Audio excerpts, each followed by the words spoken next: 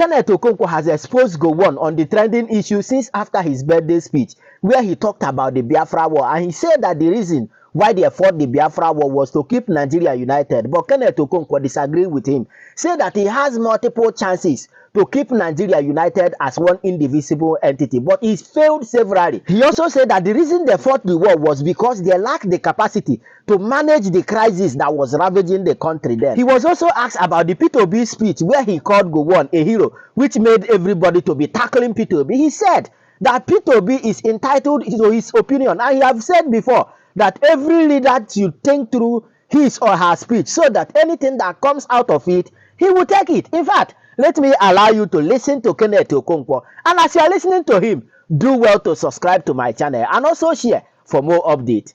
Let's go there. Let's start, with your thoughts on the comments made by General Yakubu Gowon that the Nigerian Civil War was fought to keep the country together and that it was not really about defeating any part of the country. What do you make about this? What do you make over this? Well, first of all, we must understand that war in itself is a display of anarchy. When you talk about war, that is lawlessness at its peak.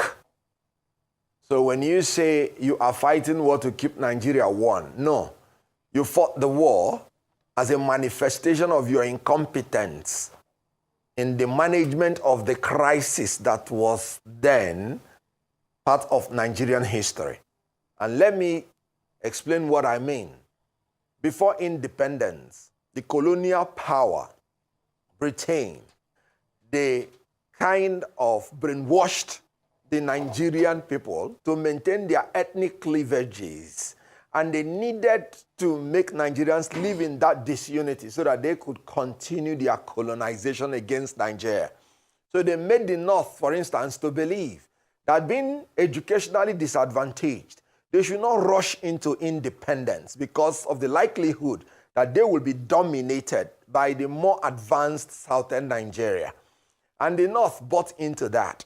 And that was why we were delayed from 1954 to 1960. But the actual thing is that Britain just wanted more time to dominate Nigeria. So after independence, that mindset that the South is likely to dominate them remained. And the North was always at every slightest chance, reminding the South that we did not intend to be one country with you because we are suspecting your domination.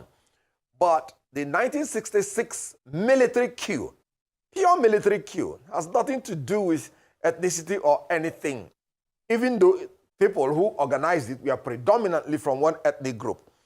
But that reinforced the belief by the North that these people, we said it, they want to dominate us. And then they carried out a revenge coup in 1966 July, which was meant actually to separate from Nigeria, not to keep Nigeria one. But the Britain also reminded them that the resources are in the East. So if you leave Nigeria, we are going to support the East. So you better run now that you have acquired power to maintain Nigeria as one. And that made them to have a rethink. And by that time, a lot of Igbos, for instance, have been killed during the pogrom, during the massacre. So there was an entrenched suspicion between the ethnic groups. And this led them to go to Aburi for a conference, and they reached agreement. And it was still Gowon who came back and reneged on the agreement, which inevitably led to the bitter war. And after the war, Gowon declared again, no victor, no vanquished, and promised to reconcile, rehabilitate, and reconstruct the Southeast, which he failed again to do. So all the available opportunities for him to make Nigeria one and consolidate that unity, he was not able to do. But let us make one point clear, that after a while, when he himself was thrown away by some of those his colleagues, that was when maybe he recognized that what happened in 1966 was a military coup and not any ethnic coup, because he himself was thrown away by the same military people. I wonder which terminology we use to describe the ones who threw him away. But one thing is clear. After that, it looks as if he went into theology, had a rebirth, and he came back and genuinely went through our Southeast apologizing and asking for forgiveness for his role in the Civil War. And we know that though the Southeast has been marginalized and ill-treated in that war, which was not caused by them, we know that Gowon has tried to make certain types of penance. We should forgive each other because hostilities need not last forever. So I can submit respectfully that ethnic chauvinism, the youthful exuberance of the military young chaps that took over government, who were actually very impressionable at that age, their inability to manage the crisis contributed in the disunity that resulted in the Civil War. We must learn to forget and to forgive so that we will move ahead as one united Nigeria. I remember what Ojukwu said when he came back from exile. He said, we had fought one civil war. We don't need to fight another one. That he is going to go to war to fight if Nigeria is ever threatened again. And I stand by that. Nigeria being the hope of the black man. Nigeria being the hope of Africa. Nigeria being blessed, and in our enlightened self-interest, the capabilities and blessings of Nigeria will be better harnessed if we come together, live together under one united Nigeria. Nigeria based on equity, unity, peace, and justice. Nigeria will achieve its aims. I support the opinion that we should move ahead now as one united Nigeria, and I'm willing to fight if Nigeria is threatened. Let me point out that presently in Nigeria, what is causing disunity is no longer ethnic chauvinism and religious fanaticism. It is now the incompetence and corruption of the leaders of Nigeria that have inflicted hunger, hardship, degradation, deprivation on the citizens, making them too poor. And when you're poor, even to adhere to theology is very difficult because there's no reception to theology when a man is hungry. An angry man is a hungry man. A hungry man is an angry man and is easily irritated no matter what. So the threats to our unity today is poverty, which is orchestrated by the incompetence and corruption of the ruling class. World Bank report just gave a report that more than 129 million Nigerians are poor. And fuel price is now 1,200 naira per liter, unsustainable. And naira has been depreciated to the point that you have 1,700 and something naira per dollar. And you can see electricity. In 1 week, we have celebrated more than 3 national grid collapse. And some people are still pretending that they are the leaders of Nigeria. No, they are leaders of darkness, not leaders of light. And they are now the greatest source of our disunity. And let me point out, free and fair election is the only solution to our disunity now. Because if we have the ability to choose our leaders in a free, fair, credible, verifiable periodic election, then we will say that our will be imposed on the leadership of Nigeria, and they will give us the dividends of democracy. Anything short of that is going to threaten the existence of this country, not because of ethnic chauvinism or religious fanaticism, but because you cannot sustain a diverse people living together in abject poverty. Mr. Okonkwo, permit me to come in on this point. And I like your oratory prowess when articulating what Nigeria should be as a unified entity. But if that is the case, why is it that Mr. Peter Obi, the presidential candidate of the Labour Party, someone you know very well, is being almost forced to explain his congratulatory message to General Gowon? Because the likes of Simon Ekpa and several others are saying because he's desperate for power, he's beginning to cower. Some are saying that he's desperate to become president, so he's now going soft and he's trying to belong. Hence, he's doing what he's doing, and he's trying to explain the reason why. That's to show that probably we do not see ourselves as one. Well, let me say that all the protests, all the agitations you're seeing Nigerian over, like I said, they are results of manifestation of marginalization, manifestation of injustice, manifestation of poverty. And it is everywhere in Nigeria. You just have the Yoruba nation agitators who submitted letter to the Prime Minister of Britain that they want a separate country. You can see that Boko Haram is route. What I want to find out from you is why is Mr. Obi's statement of congratulations to General Gowon hitting up the polity is the big question. If we see ourselves as one Nigeria. Well, you should be prepared to ask Obi that when you see him. I've always said that it is good for a leader to always think before he talks. In other words, before you make a statement, it must be a statement you have thought through, and you should be able to stand by it. You should not be, a fair weather kind of leader that when they push you this side, you will explain. When they push you this side, you will explain. You should be able to articulate your view at any point and stand by it. However, like I said, no human being is infallible. He does not need to explain if he is sure what he's saying, that he believes in it. But if he needed to explain and he explained, then you should hold him responsible for his own actions and for his own words. Let me tell you something. I believe in unity of Nigeria. I believe General Gowon made a whole lot of mistakes because he himself prevaricated on a lot of things that would have prevented the war, even when they were by his own initiation. And so, when you say Peter Obi made a statement and then he's clarifying, there's nothing wrong in clarification. However, there is a need to always be sensitive and then be sure of the statement you want to make so that you don't begin to want to pander on all sides. I've always said it is good to stand on one side and then whatever consequences it is, then you take it.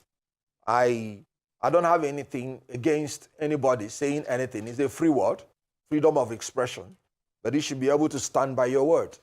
I don't think it has anything to do with the unity of Nigeria, because what Nigerians are looking out for now, like I said, is competent leaders of capacity. So if he expressed his opinion and withdrew it or modified it, that is his right to do, and he's entitled to it. Now, Mr. Okonkwo, you said earlier, that the factors dividing Nigeria is not ethnic or religious affiliated, but you said corruption and bad leadership. Yep. However, some analysts, believe politicians usually use the divide and rule tactic. They use ethnicity, they use religion, to divide Nigerians in order to win election, like we witnessed in 2023. So how can Nigerians, as a people, how can the electorate rise above this very common gimmick? Very good. Now, let me first of all agree with you that part of the incompetence of these leaders is having no policies to use to convince the people. They resort to such primordial sentiments. And that's why I'm saying that it is no longer part of our problem. Why am I saying that? The present president threw up all the ethnic cards, a Miloko, and I don't know how to speak all this, so let me not speak the one that will nail me here. But I always hear of Yoruba Ronu, I don't even know what it means. However, after doing all those things, he lost his state. After saying Muslim ticket, he did not even impress anybody. He still had the least votes as in relative to the opposition. So they exploit that tendency, but Nigerians have outgrown that. They win by rigging. They win by electoral violence, manipulation, and corruption. They don't win anymore by ethnic sentiments and religious fanaticism. That's what I'm saying. That the problem we have now is that their corruption of not being able to organize free and fair election, abuse of public power for private gain. It is no longer ethnic. You can't go to the north and tell a northerner now that you're a Muslim and he should vote for you because you're a Muslim. After what he is suffering now under a Muslim ticket, you can't go to anybody in the south, in the southwest, and say, vote for me because I'm from southwest. That is where the Ebing power came. So I agree with you that some of these leaders, because they don't have anything, any policy to show to the people, they try to exploit such primordial sentiments. But they are fading away, even as these incompetent and corrupt leaders are fading away out of the hemisphere of Nigeria. Nigerians must rise in the interest of a united Nigeria, for the sake of the black man, for the sake of Africa, and for the sake of all of us, knowing that our diversity is our strength, knowing that united we stand, knowing that we will achieve economy of scale if we are together. Let me give you an example. If this country is divided into 6, what it means is that each of those 6 must have their own army, air force, navy, police, differently, meaning it will cost us 6 times to govern Nigeria what is costing us now once. Do you think the British, they are not wise when they amalgamated the South and the North? They did not tell us that the reason is so that they will achieve lesser cost of governance. And it has nothing to do with trying to make us to live together. We should take advantage of that. Take advantage of economy of scale. Take advantage that when we live together under rule of law, there is no challenge we will not overcome. We are building a more progressive and perfect union as we go on. It is a process. It's not an incident. Building a more perfect union. Even United States, they are still progressing in building their union. So whatever challenges we have, every Nigerian should know that it's surmountable and should not always be thinking about dividing Nigeria and separating Nigeria. We are a united nation, indissoluble and indissolvable under God. And we should move on in that capacity. Do some Igbos share this sentiment will be the big question. Because for those who went through the war and those who were told about the war, maybe the Generation X might not be able to relate. But when you talk to every Igbo trader in Nigeria, in Lagos, for example, and you talk to probably upwardly mobile Igbo men in their 50s, their 60s, they do not share the sentiment because hence we have people that are sympathetic to the causes of Nnamdi Kanu, apologies for the likes of Simon Ekpa. They still have a lot of cult following. Talk to us about this, because when you speak like this, you seem to almost ignore the fact that when you look to your left, you look to your right, there are people that still believe that they have been wronged and that one day, they will still go to utopia. Good. Now, first of all, I am a Nigerian from Igbo extraction, and I'm very proud of that. You just said we are traders. Yes, we are traders and we are travelers. And so always there will have to be a preference between, for a larger space for anybody who by nature and nurture is a traveler and is a trader.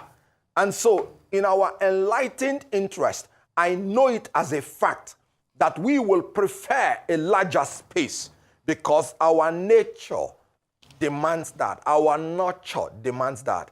In Igbo land, there is a proverb. And again, in Igbo land, there is a proverb that onye ije ka onye isi awọ akụkọ. And again, so these are the things that will make an Igbo man to travel out of his comfort zone, no matter how comfortable he is. And having that nature, I am telling you, Dr. Nnamdi Azikiwe preferred a united Nigeria.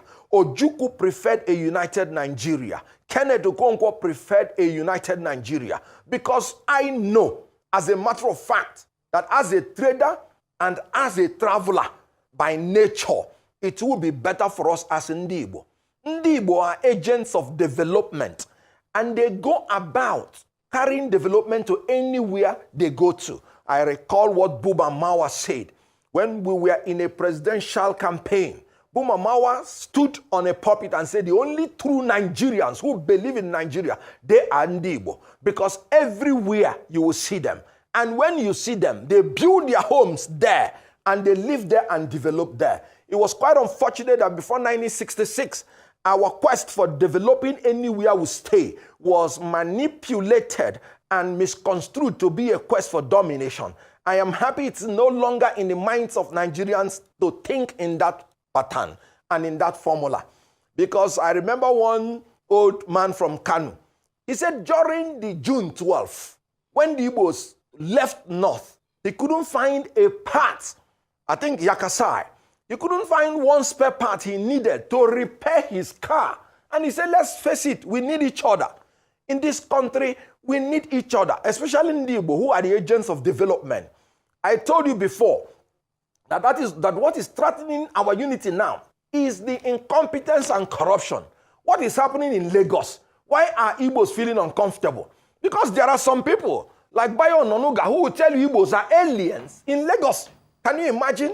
Aliens in Yoruba land. Somebody being an alien in his own country. Is that not the incompetence and corruption I'm talking about? Abuse of public power for private gain. If you cannot convince the Yorubas to vote for you when you are a Yoruba man, you have failed. If you need to vilify another ethnic group, these are the things that are bringing about the sentiments of marginalization and the instigation of people saying, let us have our own home if you cannot guarantee our safety in the general Nigerian country. And this is what I'm saying, that we must sit down to ensure that our country is built on equity, justice, and fairness. And you will see that every Nigerian will prefer to be a Nigerian. I am a movie actor. That's my primary constituency. Where we started Nollywood was in Lagos. And you know what? It was an Igbo film that was shot in Lagos. And the whole Nigerians accepted it. If they had anything against Ndi Igbo, they would not appreciate that movie, Living in Bondage. And that's actually remade my mind that, look, nobody is interested in marginalizing anybody. Spirit of excellence cannot be rejected, no matter where it comes from and from whoever it comes from. Well, so we must learn to be excellent in this country, excellent in leadership, excellent in whatever we do, so that we will be acceptable by everybody we are living with. Togetherness, it shall be the key, and one Nigeria should be supported. It's worth living for, and if need be, it's worth dying for. You get the point. Now, what do you think about what he said concerning this country functioning better as one in the midst of all this recklessness by the leaders, impunity, mismanagement of public funds, marginalization, and so forth? Share your thought with me on the comment section. And of course, you know the vibe now. Click on that subscribe button, follow, and share for more updates. Because like this, we move.